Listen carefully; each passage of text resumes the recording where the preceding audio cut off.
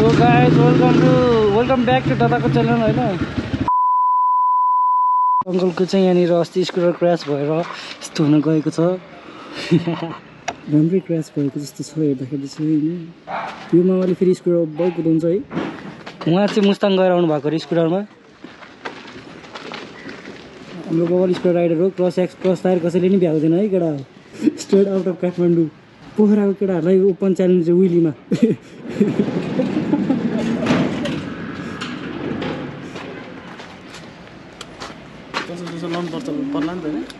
लाउनु न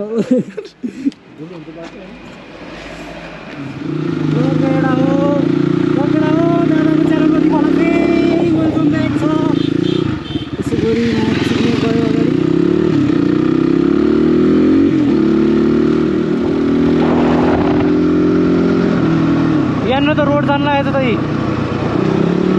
भ्लग बनाउनु हिँडेको घर चिया बनाउनु आउँदैन भ्लग बनाउने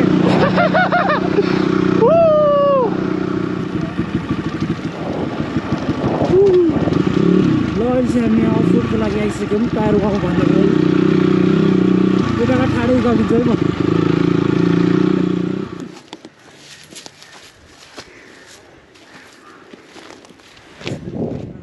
स्कुटर राइडर आउनु भइसकेको छ। ट्रायल भएर चेक गर्दै चेक जाँच हुँदै हो। यसो गरी क्रस चेक चाहिँ यहाँ लडिसकेको छ। लडेको भन्दा नि लडाइदिएको छौँ। तर त्यहाँनिर एउटा उकालो जस्तो रहेछ। हाँस्छ होला मलाई केटाहरू त्यो भिडियो हेरेर। यति जाऊ पनि उकालेन मुजी भनिदियो होला। लास्टै भारी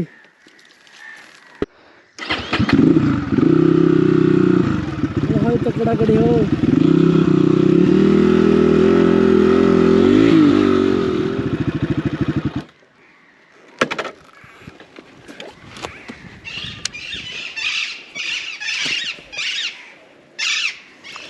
त्यो वाइल्ड बादल आइदिरहेको एकैछिन यहाँ बसेको होइन।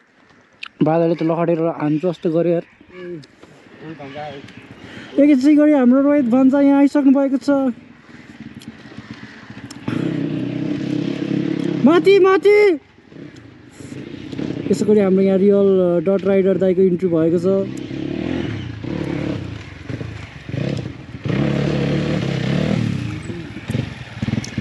यसै गरी हामी यहाँनिर अहिले भेट भइसकेको छौँ। हाम्रो रोहित यहाँ आइसक्नु भएको छ निलबराई। त्यसै गरी हाम्रो के रोहित दाइ जानु भइसकेको छ है केटा हो टाढा।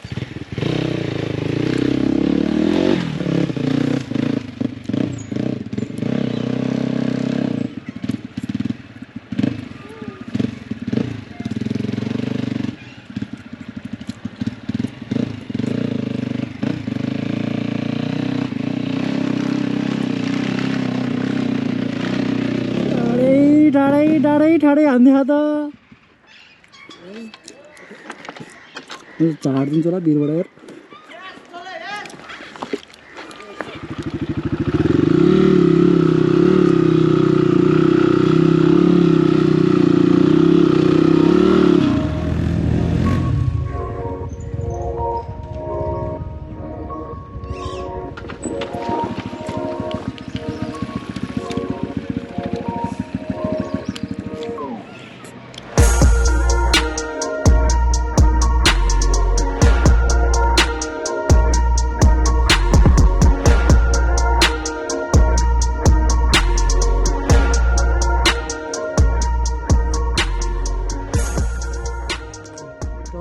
दिस बाइक्स दुइटै बाइक हाम्रो डट बाइक हो। एउटा हाम्रो क्रसएक्स छ यहाँ, अर्को एउटा RM250 छ। अनि त्यसपछि आजको यो भिडियो चाहिँ कम्पेरिजन भिडियो हो होइन। CrossX between CrossX and cross tyre. CrossX 250R अनि RM250 छ यहाँ मसँग। दुइटै 250cc को बाइक हो। दुइटै इन्जिन 250 हो। एउटा चाहिँ डट छ अनि एउटा चाहिँ मोटर छ। अनि एक्जस्टको कुरा गर्नु पर्दाखेरि RM को एक्जस्ट मलाई अलिकति राम्रो लाग्यो है कम्पेरिङ टु क्रसएक्स। किन भन्दाखेरि यसमा खै यो कार्बन ऱ्याप हो कि के हो चाहिँ थाहा भएन, तर कार्बन ऱ्याप होला सायद। राम्रो लाग्यो मलाई जस एक्जस्ट। अनि र एक्जस्ट डिबी हाल्दाखेरि चाहिँ क्रसएक्सको अलिकति लाउड छ है RM को भन्दाखेरि। लुक्स वाइज जाने हो भने चाहिँ RM को एक्जस्ट मलाई अलिकति राम्रो लागेको है। अनि अर्को डिफ्रेन्ट लागेको कुरा मलाई यो रेडिएटरको अगाडिको यो रेडिएटर प्रोटेक्टर होला सायद। यो आरएमको मलाई राम्रो लाग्यो कम्पेरिङ टु क्रस एक्समा खासै राम्रो छैन। हेडलाइटको कुरा गर्नु पर्दाखेरि क्रस एक्सको हेडलाइट खासै काम छैन। आरएमको हेडलाइट चाहिँ अलिकति राम्रो छ, अफरोडको लागि पनि अलिकति क्लियर भिजन दिन्छ र अलिकति पावरफुल पनि छ यो हेडलाइट है। यसको हेडलाइट खासै मलाई मन परेन। यसको हेडलाइट अलिकति अफरोडको लागि जङ्गलतिर राति काम छैन। टप पनि उस्तै हो, बडी पनि उस्तै छ बाइकको होइन, इन्जिन साइज पनि एउटै हो, ट्याङ्क क्यापासिटी पनि एउटै हो। हामीलाई यहीँ एचएसएफएल सिएनसी क्रस के भन्छ लिभर सिएनसी मलाई सही लाग्यो होइन। त्यही हो, तर दुइटै बाइकले प्रब्लम चाहिँ फेरि वाइल्डैतिर हुन्छ होइन भाइ। सस्पेन्सनको कुरा गर्नु पर्दाखेरि चाहिँ क्रस टायरसँग फास्टेस्टको सस्पेन्सन छ होइन। यो चाहिँ खक्का सस्पेन्सन के हो थाहा छैन होइन, थाहा छैन तर पर्फर्मेन्स यसको नि राम्रै छ, ठिकै छ भनौँ। सिटको कुरा गर्नु पर्दाखेरि क्रस सिट अलिकति कम्फर्टेबल लाग्छ मलाई चाहिँ आरएमको भन्दाखेरि। के छ यो विषयमा भन्नु? यो त त्यही हो ब्रो, क्रस फायरको सिट चाहिँ अलिकति चाक पित्तल फाँड हान्छ, यसले चाक घोचेर मार्छ। तिम्रो चाहिँ राम्रो छ जे होस् होइन। कति तितवाला हो चुम्पा? यो खै थाहा छैन यार, यो कति तितको हो र केटाहरूले कुन चाहिँ स्पकेट बवाल लाग्यो ल कमेन्ट होइन।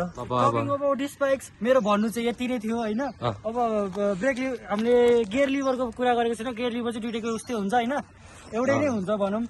अनि मलाई चाहिँ कुद्न चाहिँ कुन कुद्छ खतरा कुन कुद्छ भनेर हुन्छ केटाले होइन। कुद्न चाहिँ जसले खतरा कुदाउनु सक्यो त्यही कुद्छ होइन, चाहिँ मर्ने त्यही मर्छ। तपाईँ भन्नु केही छैन त्यो बारे।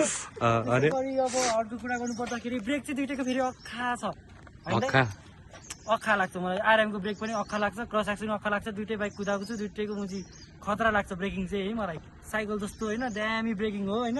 सस्पेन्सनले गर्दा नि त्यस्तो हुने हो डटको त्यो र।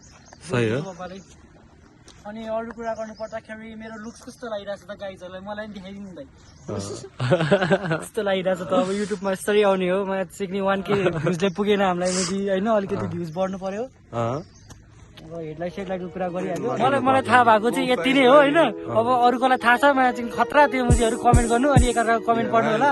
यही थियो मुजी कम्पेरिजन भिडियो चाहिँ। अब यति नै हो, अब हामी यहाँबाट लाग्नेछौँ, समाप्त। Bust down, Tatiana. I wanna see you bust down.